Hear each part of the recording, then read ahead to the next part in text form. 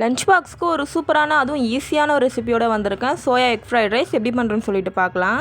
பேனில் 2 ஸ்பூன் அளவு எண்ணெய் சேர்த்துக்கோங்க. பொடியாக நறுக்குன வெங்காயம் சேர்த்துக்கலாம். நல்லா இந்த மாதிரி கோல்டன் ப்ரௌன் வரைக்கும் இந்த மாதிரி ஃப்ரை பண்ணிக்கோங்க. 1 ஸ்பூன் அளவு இஞ்சி பூண்டு பேஸ்ட்டு சேர்த்து அதையும் நல்லா இந்த எண்ணெயிலே நல்லா ஃப்ரை பண்ணிக்கலாம். பொடியாக நறுக்குன கேரட் பீன்ஸ் சேர்த்துக்கலாம். சேர்த்துட்டு அடுப்பு மீடியம் ஃப்ளேமில் வச்சுட்டு கேரட் பீன்ஸ் ஓரளவுக்கு நல்லா வெந்து வந்த உடனே கொஞ்சமாக கரம் மசாலா, கொஞ்சம் தனியாத்தூள், கொஞ்சம் சில்லி பவுடர் சேர்த்துட்டு நல்லா இந்த மாதிரி வதக்கி விட்டுக்கோங்க.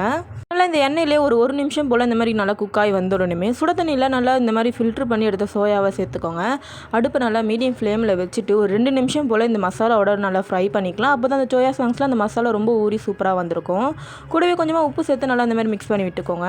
முட்டையை உடச்சி எடுத்துருக்கேன். இப்போ அது கூடவே சேர்த்துட்டு நல்லா இந்த மாதிரி கலரை விட்டுக்கோங்க. 1 கப் அளவு ரைஸ் சேர்த்துக்கோங்க. தேவையான அளவு உப்பு, கொஞ்சமாக பெப்பர் பவுடர் சேர்த்து நல்லா ஹை ஃப்ளேமில் வச்சுட்டு ஒரு 2 நிமிஷம் போல் இப்படி கலரி எடுத்துக்கலாம். அவ்வளோதான். பொடியாக நறுக்குன கொத்தமல்லியை சேர்த்துட்டு ஒரு 2 நிமிஷம் போல் நல்லா கலரி ஆஃப் பண்ணிங்கன்னா வேறு லெவலில் இருக்கும். கண்டிப்பாக ட்ரை பண்ணி பாருங்கள். எப்படின்னு கமெண்ட்டில் சொல்லுங்கள்.